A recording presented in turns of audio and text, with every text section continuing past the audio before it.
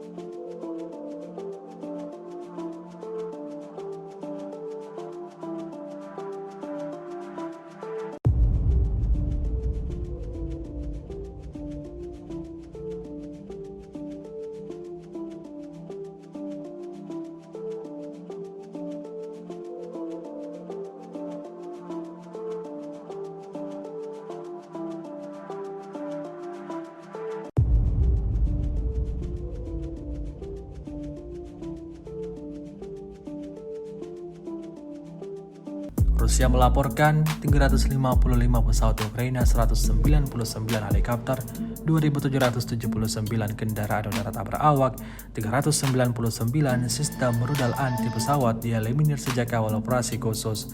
Sementara itu dari kubu Kiev, Kementerian Pertahanan Ukraina melaporkan 760 tentara Rusia dieliminir dalam 24 jam terakhir.